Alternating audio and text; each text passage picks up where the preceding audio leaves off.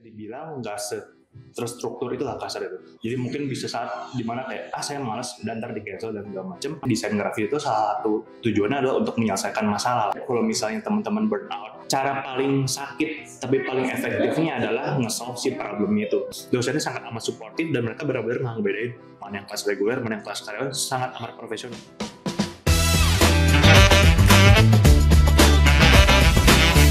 Semuanya, selamat datang di podcast utama, tempat kita ngobrolin kisah-kisah inspiratif dari mahasiswa dan dosen yang sangat luar biasa. Di episode kali ini kita kedatangan sosok yang ceritanya seru banget.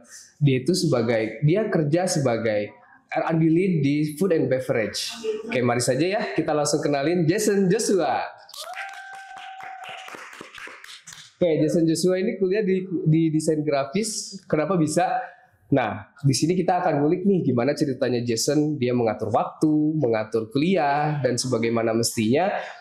Pasti cerita-cerita ini kalian berpikir tuh nanti kalau misalkan kalian punya pertanyaan, kalau aku sedang kerja terus pengen kuliah bisa nggak sih? Terus kalau misalkan aku nggak bisa ngatur waktu gimana? Nah, jawabannya mungkin ada di cerita Jason. Kita akan simak selanjutnya di podcast kali ini. Oke, mari kita kenalan sama Jason ya. Boleh nggak sih kamu kenalin siapa sih Jason itu? Boleh nggak cerita sedikit gitu?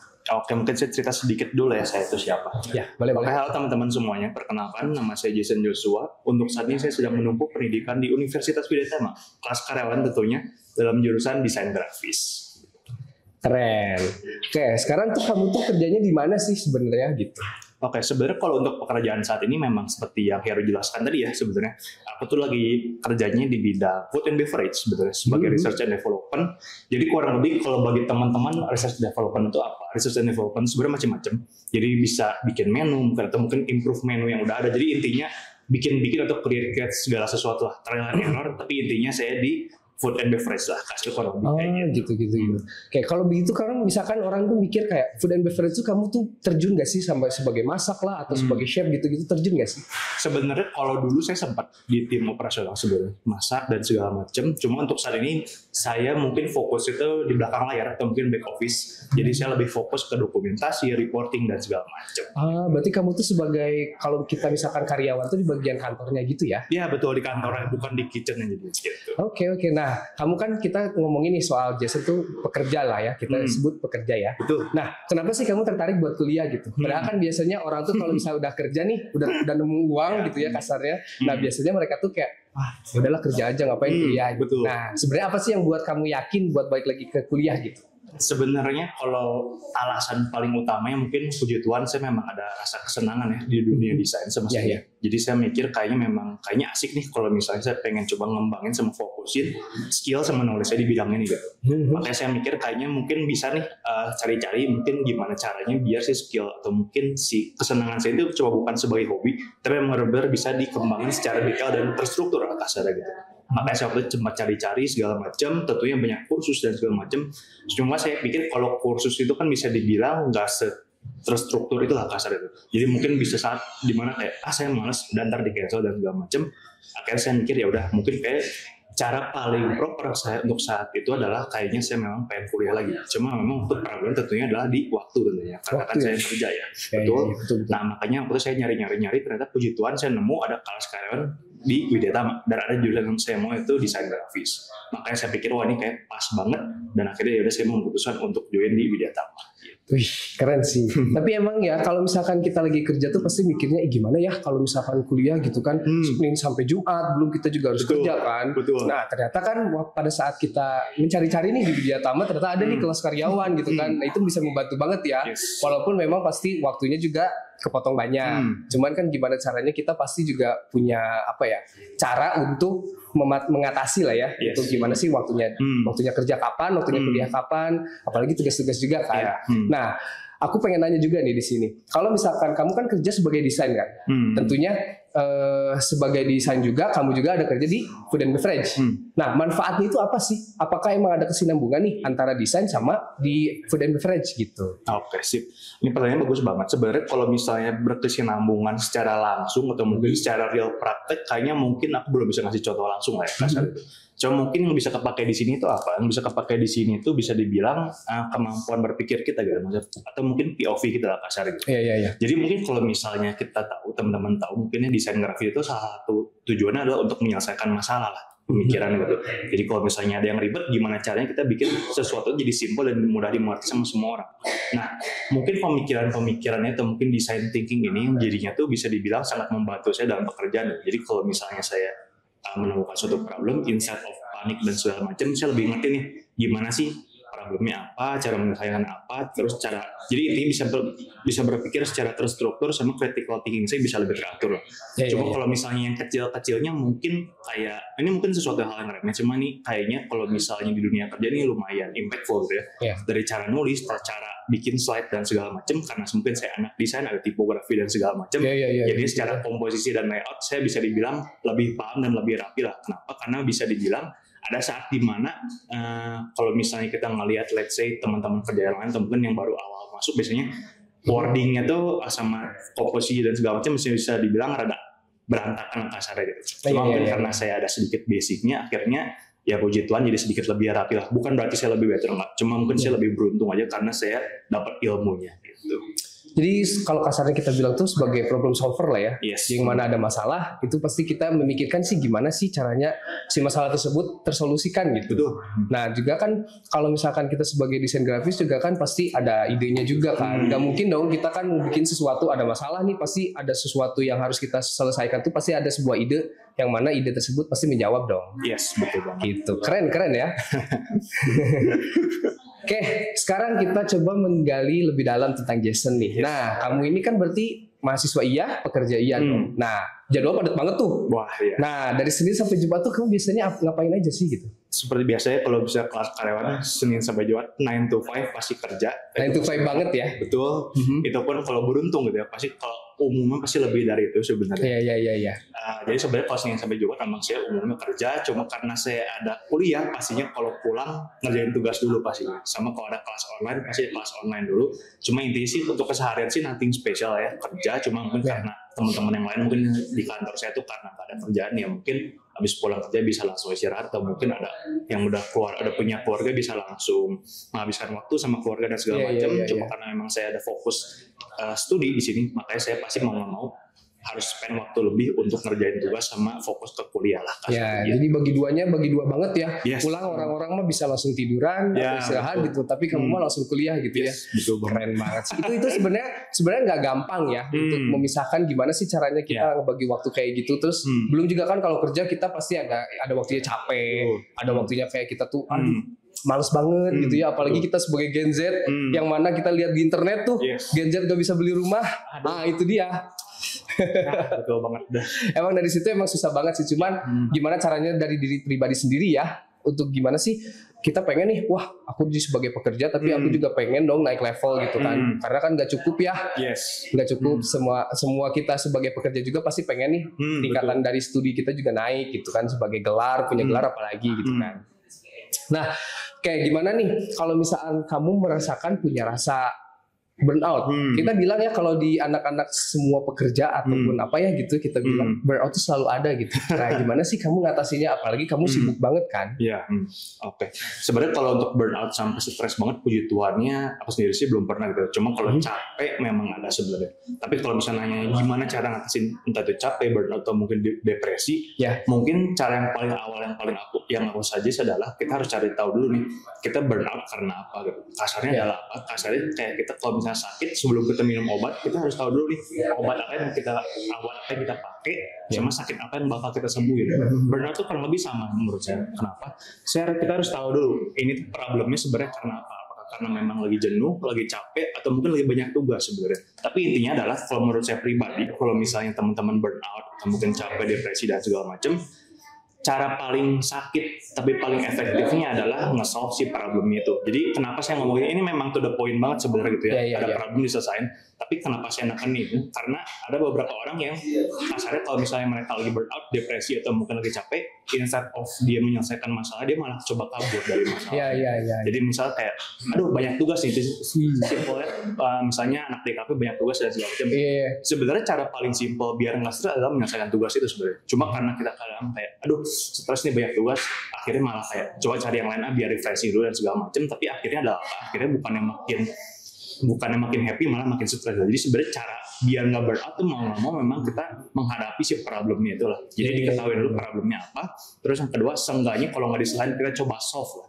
Coba solve si problemnya itu apa yang bisa kita lakuin sih. Jadi intinya itu sih sebenarnya. Jadi memang nggak ada cara manisnya kalau menurut saya. Memang kalau misalnya lagi burnout ya mau nggak mau atau mungkin lagi ada masalah, kita memang harus hadapin masalah itu sih. Sebenarnya nggak harus beres, tapi sebenarnya kita coba untuk fight lah kasarnya gitu sih. Benar. Aku juga setuju sih kalau buat statement itu ya.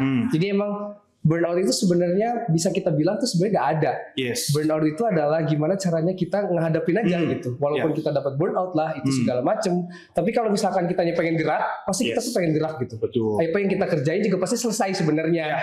Cuman mungkin memang ada yang menyelesaikannya bisa secara cepat, ada yang secara lambat. Tapi setidaknya kan rasa burnout itu semua tuh bisa selesai. Gitu. Keren sih. Itu emang salah satu caranya ya. Jadi teman-teman di rumah, kalau misalkan kena burnout, itu sebenarnya cara satu-satunya yang paling bisa kita hadapi adalah ya hadapi aja burnout ya gitu. Soalnya kalau misalkan kita terus-terusan menghadapi burnout terus kita nggak melakukan sesuatu, itu malah rugi ke kaliannya juga karena kerjanya nggak akan beres-beres. Betul banget. Itu. Nah, sebagai mahasiswa juga pekerja ya, Jason juga udah nerapin hal itu gitu dan terus semua itu lancar. Puji Tuhan lancar tuh. Teman-teman semua lancar ya. Jadi emang sangat berguna lah ya untuk menghadapi. Sebenarnya kita mau nggak mau aja sih ya hadapi masalah itu ya. Betul bang. Nah, oke. Kan tadi kita mungkin bisa sedikit cerita ya bahwa Jason ini katanya sebagai content creator, bener nggak sih? Content creator pemula lah mungkin. Content creator pemula. Oke. Jadi gimana tuh? Kenapa sih bisa tertarik sama content creator gitu? Sebenarnya kalau content creator itu cuma sebagai hobi lah kasarnya. Hobi. Cuma mungkin saya mikirnya kenapa saya pengen coba konten, kenapa nggak yang lain gitu kasarnya. Karena saya mikir kayaknya dengan zaman sekarang tuh konsumsi orang-orang dengan media sosial tuh bukan suatu opsional, tapi mungkin udah suatu kebutuhan. Dimana orang-orang kayaknya udah nggak bisa gitu lepas sama yang namanya media sosial. Iya betul. Makanya saya bikin content creator karena saya mikir ini bisa jadi tabungan saya atau seenggaknya saya paham lah cara kerjanya, cara pembuatannya, sama cara orang menikmati itu gimana. Biar apa? Biar kalau bisa amit-amit misalnya nanti let's say di kerjaan ada problem atau apa, seenggaknya saya punya suatu cadangan atau backup lah. Biar nanti itu ada yang kasarnya menghidupi saya di luar pekerjaan. Mungkin kalau sekarang apakah udah menghidupi, tentunya belum, masih jauh banget dari kata itu. Cuma ya kayaknya kita memang mau nggak mau awalnya harus coba dulu, jelek dulu nggak apa-apa, saya nggak peduli. Yang penting seenggaknya kita coba dulu. Biar apa? Biar pemikiran saya tuh mendingan saya tahu jeleknya sekarang dibandingkan saya tahu jeleknya nanti kayak, atau mungkin kata kasar terlambat gitu maksudnya. Jadi mendingan saya coba dulu aja konten-konten sekarang, iseng-iseng dulu karena emang hobi juga. Jadi memang hobi juga, jadi saya ngerasa nggak ada paksaan ataupun nggak ada beban lah gitu maksudnya. Dan saya ngerasa kayaknya kalau misalnya memang saya benar-benar coba atau mungkin sengaja konsisten, saya yakin nanti kedepannya ada hasilnya. Mungkin nggak harus berupa uang, mungkin bisa jadi exposure atau mungkin ilmu buat saya atau mungkin pengalaman buat saya. Siapa tahu nanti kalau misalnya ada koneksi atau mungkin ada orang ngeliat saya pengen ada mempekerjakan saya sebagai content creator dia, kayaknya bisa-bisa aja. Jadi intinya memang sebagai backup plan dan memang sebagai hobi aja sebenarnya konten gitu. Ini kalau kita lihat-lihat, dipikir-pikir ya, Jason ini benar-benar orang yang bekerja keras ya. Wah, udah kuliah nih, terus sambil kerja, terus sambil bikin konten juga. Itu kan benar-benar waktunya banyak banget ya yang kita gunain gitu kan.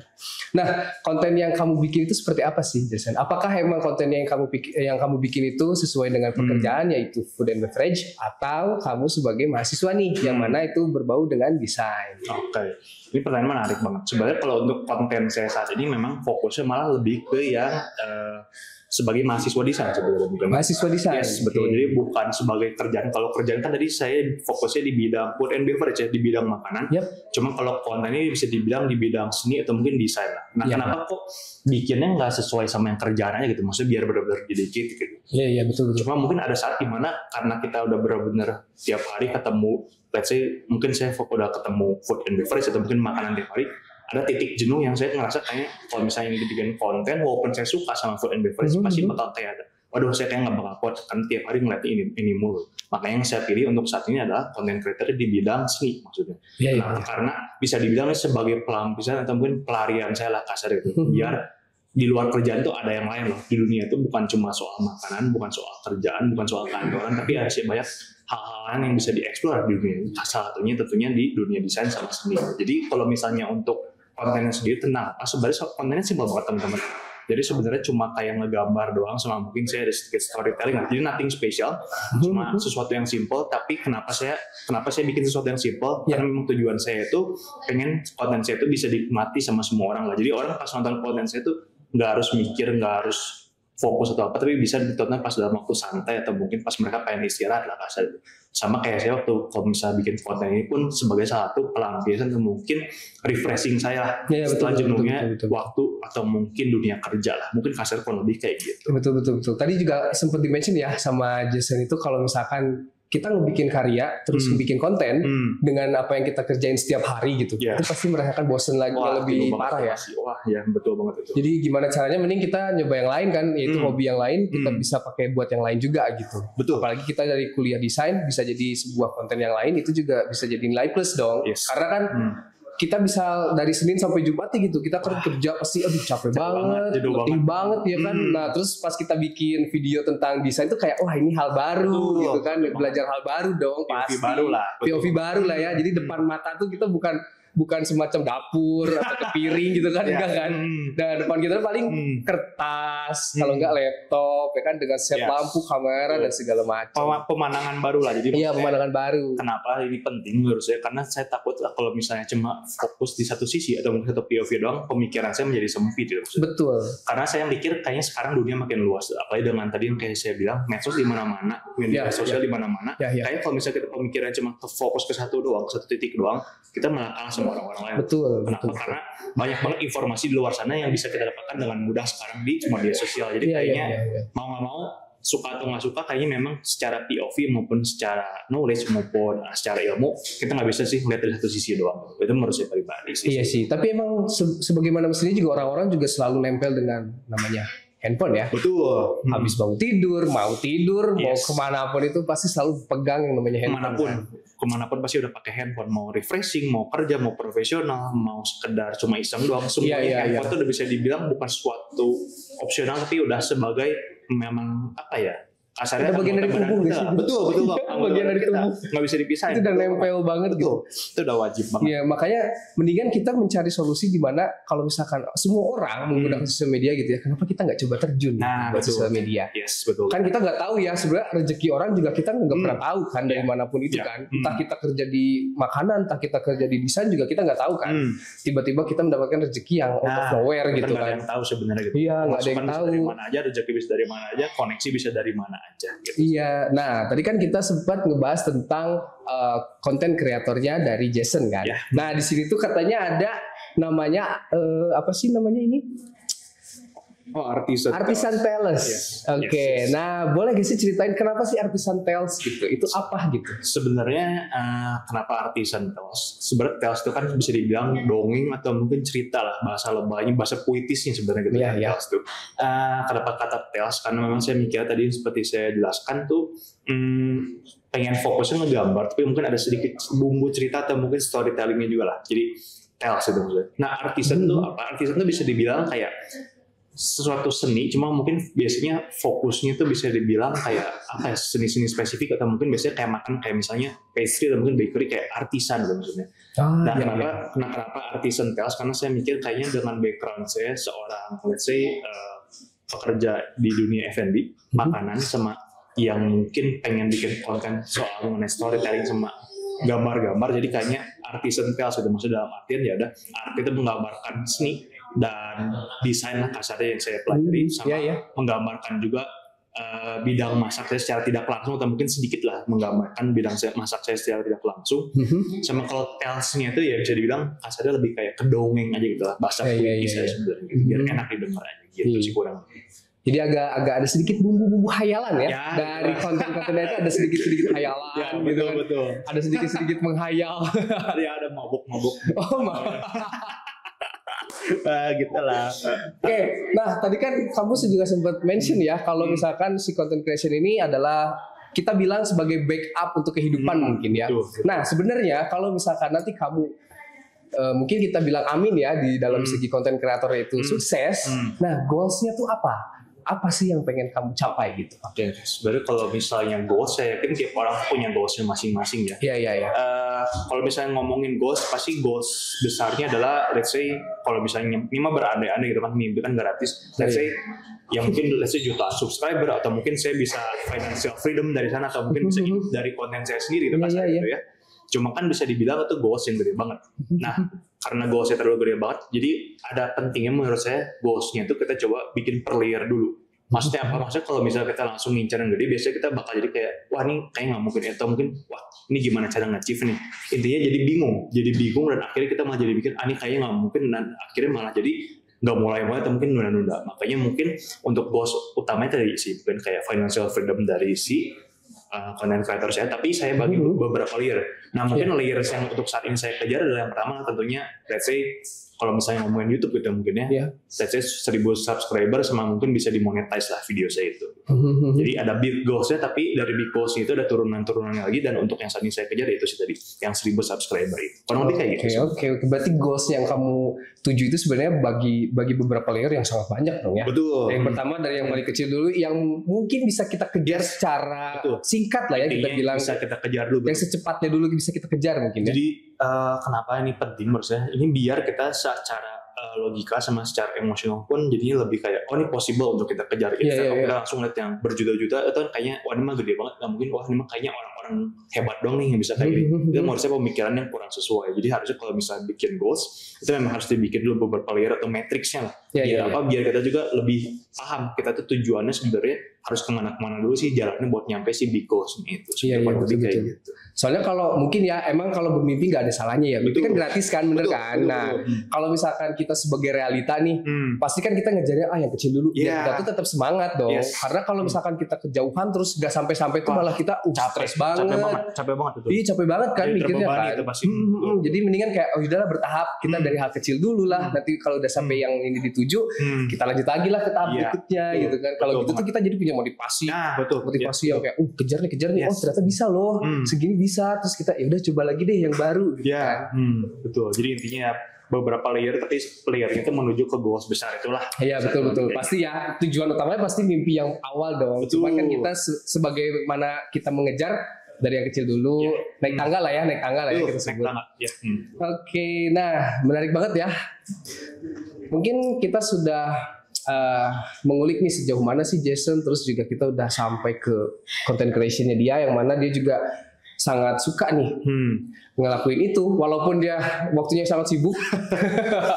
Waktunya sangat sibuk, tapi dia sempat-sempatnya ngebikin konten gitu ya. Berarti kan itu sebagaimana kita punya waktu banyak banget tuh kebuang kan. Nah, kita kembali ke kuliah. Aduh. Kita kembali ke kuliah nih. Nah, oh my God. Aku kan bukan kelas karyawan ya. Aku kan kelasnya reguler dong. Nah, apa sih yang kamu suka nih dari sistem kelas karyawan di Universitas Widya Tama? Yang saya suka tentunya pasti kalau misalnya kelas karyawan kayak yang Heru bilang tadi kan. Let's say kalau misalnya kelas karyawan tuh udah sibuk sama kerjaan dan segala macam, bukan berarti kita lebih sibuk atau gimana gitu ya dibandingkan sama yang reguler, cuma kan memang prioritinya aja yang beda gitu. Kalau apa yang saya suka, sebenarnya yang saya suka itu pasti bisa dibilang itu sistem pembelajarannya hybrid, ada yang online ada yang offline. Jadi mata kuliah online itu sangat amat membantu untuk teman-teman yang bekerja di 9 to 5 lah kasarnya gitu. Kenapa? Karena pastinya walaupun let's say mungkin misalnya contoh kuliah jam 8 malam, kebayang itu kan walaupun misalnya udah beres kerja tapi harus ke kampus kan capek juga. Nah, puji Tuhan dari Widya Tama itu memang untuk kelas-kelas malam tuh banyak banget yang menerapkan sistem online kasarnya. Jadi lebih praktis sama kasarnya kita jadi lebih saving energi juga kasarnya gitu. Terus yang saya suka juga si Widya Tama ini bisa dibilang sangat amat balance ya. Balance dalam artian nggak full 100% offline tapi nggak full 100% online juga. Karena kalau misalnya condong ke salah satu saya yakin bakal berat lah. Karena full ke 100% online pun saya yakin bakal kurang bagus. Kenapa? Karena bisa dibilang cara pembelajaran kita kurang maksimal. Nah, balance itu maksudnya gimana? Yang saya senang balance adalah ada offline tapi ada online juga. Offline di hari Sabtu untuk kelas karyawan, ada juga yang kelas malam, dan kalau untuk online ini biasanya di weekday malam. Jadi yang saya suka itu sih. Jadi secara pembagian waktu saya bisa lebih fleksibel. Kalau misalnya offline bisa di hari Sabtu pas saya libur, sama kalau misalnya pas weekday itu bisa online. Jadi bisa dibilang secara pembagian waktu sama secara pembagian kerja pun nggak bakal seribet itulah. Jadi enak, lebih fleksibel. Ini saya suka sih dari kelas karyawan. Oke. Tadi kan kamu sempat mention ya soal kalau kelas offline itu hari Sabtu. Jadi kalau selama ini kamu kuliah itu sebenarnya di hari Sabtu aja. Berarti kalau yang ada mata kuliah online itu di hari biasa. Kalau gitu berarti enak banget dong. Oke, sebenarnya kalau misalnya umumnya memang hari Sabtu itu kayak let's say yang full offline ya. Cuma mungkin ada beberapa saat di mana kayaknya mungkin dosen-dosen atau mungkin mata kuliah kelas 1 karena mereka nggak bisa hadir itu karena kan cuma seminggu sekali ya, pasti ada saat di mana mereka juga nggak bisa datang. Akhirnya ada kelas pengganti yang mau akhirnya di weekday. Jadi biasanya pas pulang kerja mau memang ada capek dikit tapi saya tetap datang. Cuma mungkin maksudnya di sini yang saya harus respect adalah walaupun mereka para dosennya ini let's say udah ngajar kelas reguler, bahkan mereka juga mau ngajar kelas karyawan yang kasarnya mungkin hari Sabtu harusnya mungkin kalau misalnya dosen-dosen di kampus aja mungkin bisa aja kayak let's say liburan dan segala macam, tapi di sini mereka masih mau dedicated, bahkan kalau misalnya nggak datang mau ngasih kelas pengganti untuk si kelas karyawan ini, itu saya sangat acungkan jempol ya. Itu kan sebenarnya mengganggu weekend ya. Betul. Mengganggu weekend dosen dong. Apalagi dosen-dosen kan pasti udah punya keluarga ya. Punya keluarga, udah punya priority lain lah kasarnya. Kita masih mau dedicated untuk ngajarin dan ngasih ilmu ke kita, itu keren banget sih. Itu keren banget sih. Karena itu benar-benar mengacu pada ini ya kemauannya dosen juga dong. Karena kan pasti Sabtu gitu kan. Iya kan? Iya Sabtu bisa libur gitu kan. Capek gitu kan. Kalau mungkin dari dosen ada yang Senin sampai Jumat dong. Iya kan, ada Senin sampai Jumat berarti Senin sampai Sabtu tuh. Wah, capek banget itu. Capek banget sih pasti ya. Tapi kalau kita bisa bilang nih buat teman-teman di rumah, ternyata di Widya Tama itu ada kelas yang hari Sabtu doang. Nah, kalian kan yang kelas karyawan mungkin mikirnya kayak kita kuliah tuh malam gitu. Kelas karyawan tuh biasanya malam kan, habis kerja lah dari 9 to 5, terus dari jam 6 sampai jam 10 malam itu harus kuliah lagi ke kampus. Nah di Widya Tama itu ternyata ada kelas Sabtu, yang mana Jason sendiri sedang ngalamin nih. Jadi dia Senin sampai Jumat itu bisa kerja dan ada kuliah yang hanya online. Pada saat dia libur di hari Sabtu tuh, nah dia bisa fokus untuk kuliah. Yang mana itu emang waktunya lebih gampang banget ya. Jadi kita sebagai karyawan itu terbantu banget tuh sama kelas hari Sabtu, karena kan biasanya kita Senin sampai Jumat tuh kerja, terus Sabtu sama Minggu tuh libur kan. Nah di situ kan kita Sabtunya bisa buat ngasih waktu nih buat kuliah aja gitu kan. Dan kuliah juga kan nggak sampai yang dari jam 7 pagi sampai jam 10 malam kan, enggak ya. Itu kan cuma dari jam 7 paling sampai sore doang gitu kan ya. Enggak sampai malam banget gitu kan ya. Enggak kok. Aman. Jadi teman-teman aman ya. Oke, nah ngomong-ngomong soal dosen, tadi kan dosen kita udah dikasih lah ini segala macam ya. Nah, apakah dosennya itu full support untuk kita nih yang kelas karyawan gitu? Oke. Kalau untuk dosen kayak yang saya bilang tadi ya, itu sangat support banget. Bahkan mereka kayak mau dedicated ngasih waktu liburnya ke kita buat ngajarin sama ngasih ilmunya ke kita. Itu benar-benar sangat dedicated banget, bagus banget, supportive banget.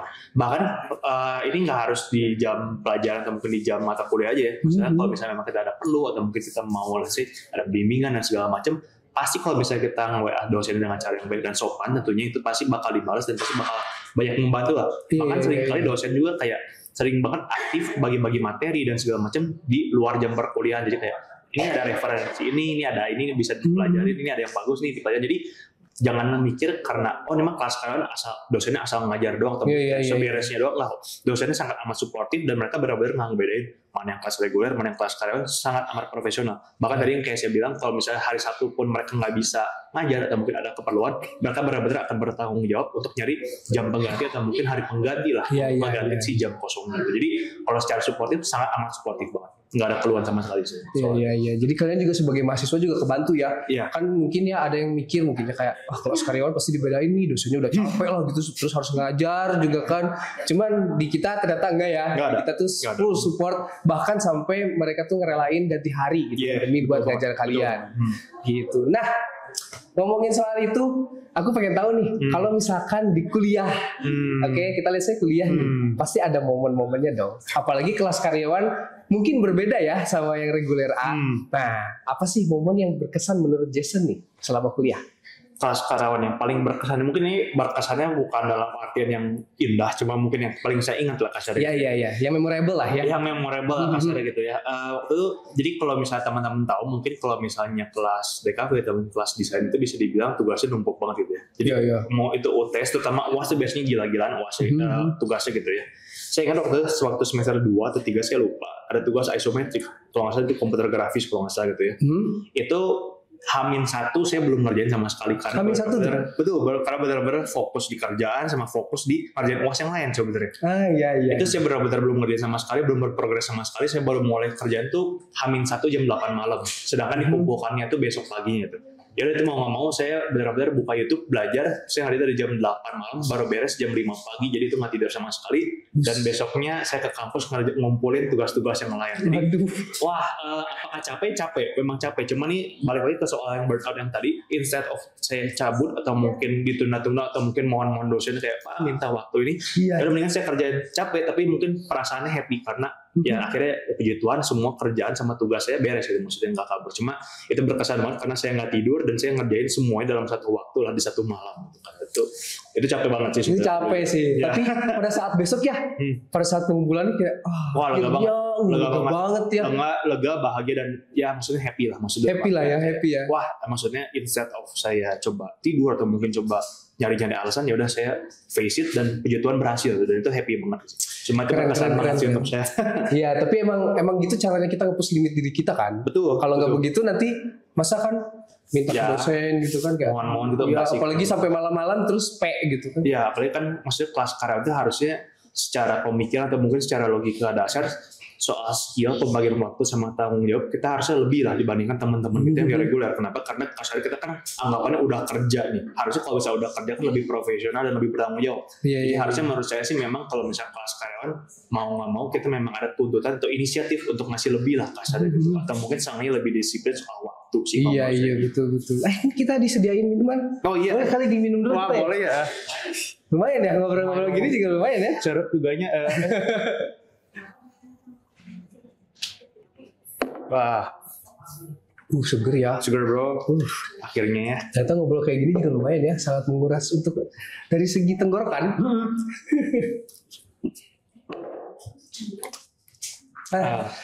Kita udah ngobrol ini seru banget gitu kan, apalagi pengalaman. Yang pasti sih pengalaman yang tidak akan terulang sebenarnya ya kalau udah kuliah kayak gini kan. Betul. Nah, aku pengen Jason itu punya pesan nih buat teman-teman yang ragu tapi pengen kuliah dan dia tuh sebagai karyawan lah ataupun bukan karyawan gitu. Tapi dia tuh pengen sih, sebenarnya pengen banget gitu kuliahnya, cuman ragu gitu. Apakah emang bisa bagi waktu? Apakah kita bisa bagaimana sih caranya lulus tepat waktu gitu. Nah, boleh. Oke, sebenarnya untuk teman-teman semua kalau misalnya let's say ini konteksnya udah pengen banget tapi ragu gitu ya. Kalau udah pengen banget tapi ragu, kalau menurut saya go for it ya, maksudnya dalam artian coba dulu aja sebenarnya. Kenapa? Karena saya yakin teman-teman kalau misalnya teman-teman emang udah pengen banget nih, udah passionate banget, saya yakin pasti bakal ada jalannya lah kasarnya gitu. Mungkin entah itu bagi waktu dan segala macam. Apalagi kalau soal di kelas karyawan Widya Tama ini, kalau misalnya teman-teman amit-amit ada sesuatu, entah itu dari kerjaan atau mungkin ada sesuatu yang mendadak, itu pasti dari dosen pun yang saya bilang tadi sangat amat kooperatif untuk diajak berdiskusi sama kerjasama.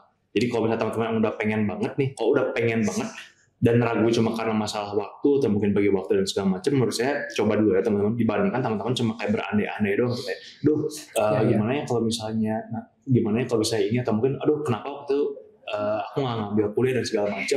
Daripada mikir kayak gitu, mendingan menurut saya coba dulu aja gitu. Kecuali kalau misalnya ragu karena kuliah lagi atau enggak, ya itu mungkin harus dipikir ulang. Tapi kalau misalnya ragu ya karena masalah waktu dan segala macam, menurut saya go for it ya. Saya yakin pasti teman-teman sendiri pun atau mungkin dari dosennya pun pasti bakal ada jalannya lah. Ya pasti ada jalan. Jadi kalau misalnya teman-teman memang udah yakin, udah pengen banget kuliah, menurut saya sih kuliah itu kan nambah ilmu, nambah skill, nambah nulis ya kasar gitu. Kayak maksudnya sesuatu yang positif, kayaknya nggak ada ruginya untuk dicoba lah menurut saya. Jadi ya ilmu tuh bisa dibilang mahal dan nggak semua orang bisa dapat, dan nggak semua orang bisa punya kesempatan yang sama untuk dapat. Jadi kalau misalnya teman-teman memang udah bisa daftar atau mungkin udah bisa join sebenarnya cuma karena ragu doang, nggak usah tunggu lama-lama, mending residensi langsung digaskan aja sebenarnya. Nih langsung digaskan ya. Betul. Soalnya gimana ya, mungkin waktu nggak bisa kita beli ya. Iya, makanya betul. kenapa kita nggak coba aja? Iya, Kita kan nggak tahu ya. Betul banget. Kayak tadi juga aku bilang kan rezeki kita mau dari mana juga pasti datang ya. Ya betul. Kalau misalnya niatnya baik, terus niatnya baik. reasonnya baik, pasti saya yakin bakal dilancarin lah. Walaupun mungkin kadang cara dilancarkannya mungkin di luar ekspektasi kita, tapi pasti yakin bakal ada yang ngebantu lah dari atas, saya yakin. Pasti ada sih. Ya betul. Gimana pun juga, dimana ada ujian pasti ada solusi. Betul. Gimana kita juga ya sebagai desainer, ada masalah, ada solusi dong. Ya, betul. Kalau nggak ada solusinya, nggak jadi desainer dong. Iya. Pasti kita juga dilatih ya, gimana caranya nge-solve masalah-masalah yang apa sih yang pengen mereka butuhkan tuh gitu ya. Kalau nggak kayak gitu juga pasti mereka larinya ke siapa? Larinya juga pasti ke desain dulu kan. Yang awal mungkin semua tempat, semua kalangan, semua pekerjaan juga ada sih membutuhkan segi desainnya gitu. Oh ya, pasti kepake di mana-mana. Iya, pasti kepake di mana-mana kan. Entah kita mau ke tempat mall gitu ya, let's say mall gitu atau gitu, pasti kan ada desainnya tuh. Iya. Gak mungkin dong ada sebuah informasi yang cuma tulisan doang, Iya. apa tidak menarik dong pasti ya. Garing banget tuh. Garing banget kan. Nah di situ pasti desain bekerja gitu kan, yang mana kita juga pasti memperhatiin tuh gimana sih biar mereka tuh menarik nih gitu ya, apalagi nah itu kelihatan jelas gitu kan. Ya betul. Jadi memang intinya sih buat teman-teman semua yang pengen fokus di desain atau mungkin pengen kuliah lagi, itu memang benar Heru bilang tadi ya, di mana-mana dipakai dan segala macam, itu memang benar banget. Semua yang kita lihat di dunia itu bisa dibilang hampir semua itu ada seni desainnya lah, ada unsur desain lah. Jadi sayang banget kalau misalnya kita seenggaknya menurut saya nggak harus jauh tapi seenggaknya paham lah gimana terbentuknya, reasonnya apa, biar kalau misalnya nanti mungkin ada kesempatan ya kita nggak zong banget lah, kita paham. Karena menurut saya potensi sama kesempatannya luas banget, ada di mana-mana dan kepake di mana-mana sih. Walaupun mungkin ada AI dan segala macam, sekalipun saya yakin otak kamu tetap di kita, tetap di manusia. Jangan karena ada AI nggak perlu desain, nggak perlu gitu. Terus karena ada AI kita harus mikir gimana caranya si AI ini kita benar-benar pakai semaksimal mungkin sebagai supporting tools, bukan sebagai substitusi gitu. Jadi AI bekerja untuk kita dong harusnya ya. Harusnya bukan kita bekerja untuk AI dong. Bukan kebalik ya. Jadi adanya AI bantu teknologi ini segala macam tuh sebenarnya memudahkan buat kita sendiri loh. Karena kan kita punya problemnya, kita punya idenya, kita bisa dibantu sama AI, itu gampang banget jadinya. Jadi sebenarnya AI itu sebagai pembantu, bukan sebagai ngegantiin tugas kita. Kalau misalnya semua tugasnya diganti sama AI, itu sorry itu sih emang pola pikirnya yang udah salah gitu. Harusnya pola pikirnya diubah, ya itu semua sebagai supporting tools dari ide-ide yang kita punya, ngebantu nyusun doang dari ide-ide yang kasar yang kita punya, divisualisasikan, mungkin disusun rapi sama dia, tapi tetap idenya tetap dari kita gitu. Iya, semua ide juga tetap, AI juga nggak bisa ngasih ide dong sebenarnya. Dia pun bingung kalau nggak dikasih prompt bakal jalan. Iya kan, AI juga kalau kita nggak ngasih apapun itu juga dia bingung dong mau ngapain kan. Betul. Iya, semua ide juga pasti ada di kita dong. Betul banget. Nah, setelah kita ngobrol panjang lebar nih, kan desain, desain, kelas karyawan, tugas-tugas, ada nggak sih karya? Oke, mungkin kita bisa mulai dari karya pribadi atau karya tugas yang pengen banget gitu kita lihat atau pengen banget Jason di hati gitu. Untuk karya ya, sebenarnya kalau untuk karya sih saya masih bisa dibilang nggak ada yang wow banget. Jadi teman-teman jangan ekspektasi lebih ya. Saya juga masih belajar lah kasarnya gini.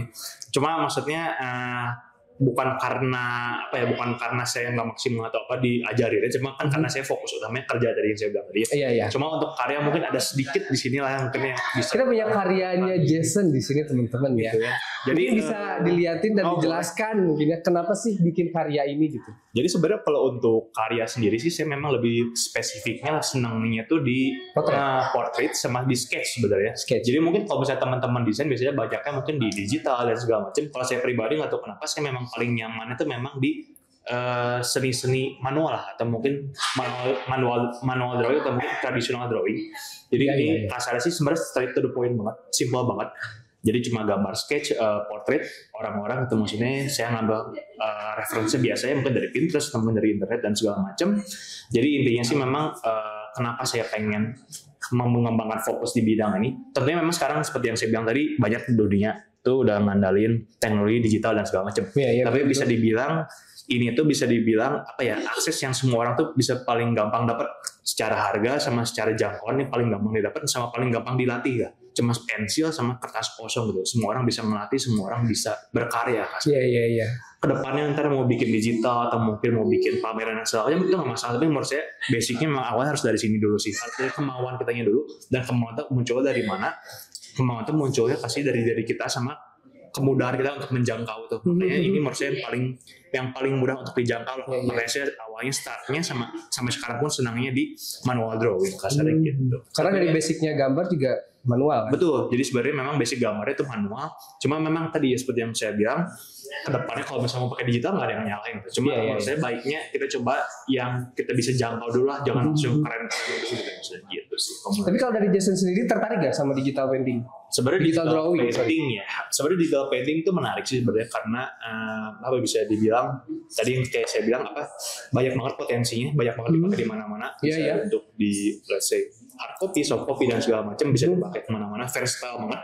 Cuma mungkin untuk saat ini kayaknya saya pengen coba fokus di sini dulu, biar saya benar-benar paham dulu nih cara kerja tradisional itu kayak gimana, basicnya dulu, first layernya dulu.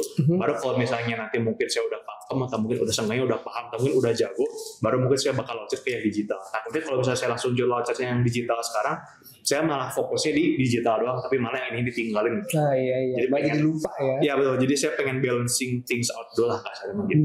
Tetap berlayer ya. Yes. Bagaimana maksudnya kita juga tetap berlayer ya. Betul. Harus dong. Ada tujuan juga tetap step semua ya sampai atas. Harus. Keren sih. Nah, mungkin ya karena dari tadi kan kita selalu ngebahas tentang kuliah. Kita nggak pernah ngebahas nih soal F&B-nya. Waduh. Nah, kita geser nih. Kita geser dulu nih dikit nih dari dunia gambar lah, dunia desain. Nah, pastikan kalau kamu tuh di research and development itu kan tadi katanya kamu bilang bikin resep, bikin makanan dong pasti. Makanan ya pasti makanan dong. Gak mungkin resep rahasia kayak SpongeBob dong.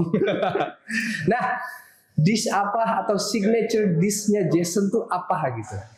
Waduh, signature dish ya. Sebenarnya kalau signature dish saya jujur ada malu ngomongnya, soalnya teman-teman saya banyak lebih jago lah. Cuma mungkin saya bakal sebut salah satu produk atau mungkin resipi yang bisa dibilang ini apa ya, jadi breakthrough di karir saya saat ini. Jadi memang waktu itu produknya meledak gitu maksudnya. Waktu itu produknya sebenarnya simbol. Produk itu signature di sama menu itu katsu sebenarnya. Betul, chicken katsu simbol banget, nothing special. Katsu pada umumnya, cuma mungkin ada sedikit twist yang saya ubah lah kasarnya. Cuma mungkin saya nggak bisa spill banyak di sini ya karena ada rahasia-rahasianya. Tetap ada rahasianya ya. Betul. Nggak bisa di-spill semua.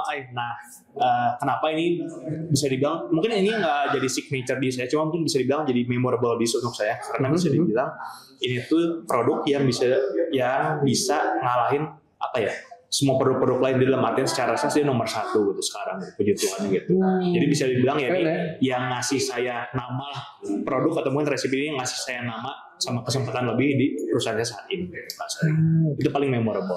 Berarti katsu ya. Pokoknya katsu ya. Nggak bisa di-spill lebih banyak, tapi yang penting katsu aja. Pokoknya katsu lah. Yang penting katsu aja. Katsu. Tapi kalau masakan favorit apa masakan favorit? Makanan ya, makanan yang masakan gitu. Oke, makanan masakan. Sebenarnya kalau makanan sama masakan tuh saya bisa dibilang beda sebenarnya. Kalau makanan saya senangnya Asian. Cuma kalau masakan saya lebih senang teknikalnya tuh Western atau mungkin French sebenarnya. Kenapa? Karena kalau sebenarnya let's say mungkin makanan atau mungkin di saat saya makan dulu lah ya kasarnya gitu. Di saat saya makan saya lebih senang Asian. Kenapa? Karena mungkin kita lahirnya juga di negara Asia. Secara aromatik sama secara rempah semuanya lebih connect di lidah saya dibandingkan sama yang Western atau mungkin French. Tapi kenapa kalau misalnya masak saya lebih senang si Western atau mungkin French? Karena mungkin secara teknik, secara penampilan, sama secara plating dia lebih terstruktur, mungkin lebih rapi lah, lebih cantik mainnya. Jadi visual ya. Betul, secara visual sama secara main lebih cantik. Jadi mungkin kalau masak saya senangnya di French sama Western, sedangkan kalau misalnya untuk makan tetap Asian food nomor 1 sih menurut saya. Karena lidah kita lidah Indonesia juga ya. Kalau Western terus nanti ada yang kurang. Tidak ada micin tuh. Kurang micin. Micin tetap nomor 1. Di Asia tuh micin tetap nomor 1. Gak bisa dipisahkan. MSG nomor 1. Wajib banget aja. Aduh, sayang banget ya karena kita juga waktunya nggak sebanyak itu ya. Padahal kita masih pengen ngobrol lebih banyak lagi nih soal Jason, tapi memang karena kesibukannya Jason juga kita tidak bisa dipaksakan ya, karena dia juga kan jadwalnya padat banget tuh. Nah, aku boleh gak sih minta quote singkat nih dari Jason? Apa sih pentingnya mengembangkan diri menurut Jason? Waduh, pentingnya mengembangkan diri ya menurut saya. Menurut saya mengembangkan diri itu penting banget teman-teman. Kenapa? Karena gini, mikirnya gini teman-teman. Kalian jangan pernah berpikir kalau teman-teman itu termasuk diri sendiri pun udah pintar. Kenapa? Karena saya yakin di saat kita merasa diri kita udah pintar, di situ kita bakal berhenti untuk belajar. Itu sih yang menurut saya kayak kita harus terus belajar, harus terus improve, entah dari skill, knowledge maupun POV gitu. Jadi belajar mau sampai umur berapapun, di luar kelas karyawan pun, di luar kelas reguler pun harus tetap dijalankan. Menurut saya itu sih gitu. Nah itu ya teman-teman, jadi ya apapun itu kita pelajari sesuatu tuh sangat amat baik ya. Untungnya pada kita diri sendiri juga kok. Ya kan, kita belajar juga kita dapat sesuatu, pasti kita gagal juga kita dapat pembelajaran, itu juga namanya belajar lagi kan. Dan gitu paling gimana sih caranya kita ngecek gitu, ngecek si kelas karyawan itu kita bisa ngakses dari mana? Itu kita bisa ngakses dari sosial medianya Widyatama pastinya. Terus juga kalau ada pertanyaan-pertanyaan apapun bisa ditanyakan langsung kepada sosial media Widyatama, itu udah banyak banget ya, dari mana-mana. Nanti juga kalau buat seputar kelas karyawan bisa nanya juga ke sosial medianya ataupun bisa juga ke Jason. Kita akan ngasih tahu nih. Nah buat teman-teman kalian mungkin kayak, aduh takutnya sama admin mah lama balesnya gitu ya. Bisa gak sih lewat Jason gitu kan? Boleh gak sih nanya-nanya kelas karyawan lewat Jason gitu? Oh boleh. Boleh. Nanti bisa ya. Mungkin kita mungkin bisa kayak mutualan di IG atau mungkin mungkin ya kalau misalnya ketemu langsung atau segala macam, kalau bisa mau nanya-nanya boleh, tapi intinya santai ya, selalu aja. Kalau misalnya mau nanya di IG itu boleh banget, kita ngobrol bareng-bareng aja kasar gitu. Cuma mungkin yang teman-teman harus note sini adalah saya juga bukan berarti yang paling hebat di kelas karyawan atau gimana ya. Ada banyak yang lebih hebat dari saya. Cuma ini mungkin saya yang lebih punya waktu aja makanya diundang gitu maksudnya. Nah makanya untuk teman-teman semua intinya adalah apa? Intinya kalau misalnya memang pengen nanya, pengen ngobrol sama saya boleh banget. Kita ngobrol bareng-bareng santai ya segala macam gitu lah. Karena memang pasti apalagi untuk teman-teman kelas karyawan pasti bakal ada keraguan kayak tadi ya. Betul. Masalah waktu, masa pembagian kerja dan segala macam. Jadi kalau bisa mau curhat, mau konseling atau mungkin ya cuma ngobrol santai boleh banget sih ke saya gitu. Mungkin lewat IG lah ya paling gampang gitu. Nah, dari tadi kan nyebutin IG terus ya, tapi nggak disebutin nama IG-nya apa. Nah, boleh kali Kak Jason. Nah, Kak Jason nih. IG-nya tuh apa sih gitu? Untuk IG-nya namanya Jason Josh _ sesimpel itu sih. Jason Josh JOSH. Jason JOSH _. Nah, di situ kalian bisa menanyakan secara langsung nih. Takutnya kan kalau misalkan lewat admin takut balasnya lama lah. Nah, mungkin ini mah karena teman kita nih sebagai personal gitu, mungkin bisa lebih cepat gitu ya.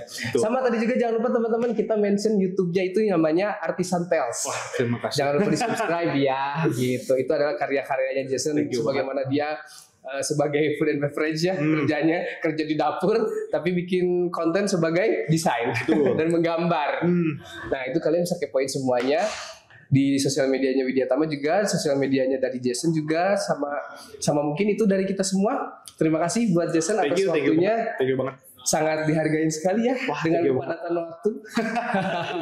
Aman selalu. Tapi bisa menyempatkan hadir, kita terima kasih banyak. Wah, thank you banget, aman-aman. Oke teman-teman semua, mungkin podcastnya tidak bisa berlama-lama ya, karena segini juga kita sudah cukup mengulik sama Jason ini. Kita juga udah dapat pengalaman, udah dapat pelajaran baru. Aku juga sebagai host juga tetap belajar ya dari Jason tuh. Gimana sih dia ngatur waktunya gitu? Karena kan aku juga punya penasaran dong, gimana sih kalau orang-orang yang sibuk banget gitu terus tapi bisa ngebagi waktu. Aku juga pasti penasaran hal itu. Nah gitu teman-teman, jadi semoga podcast ini bisa membantu kalian ya menjawab pertanyaan-pertanyaan kalian. Gimana sih kalau kalian mau kuliah sambil kerja? Nah siapa tahu terjawab dari jawaban-jawaban Jason ini.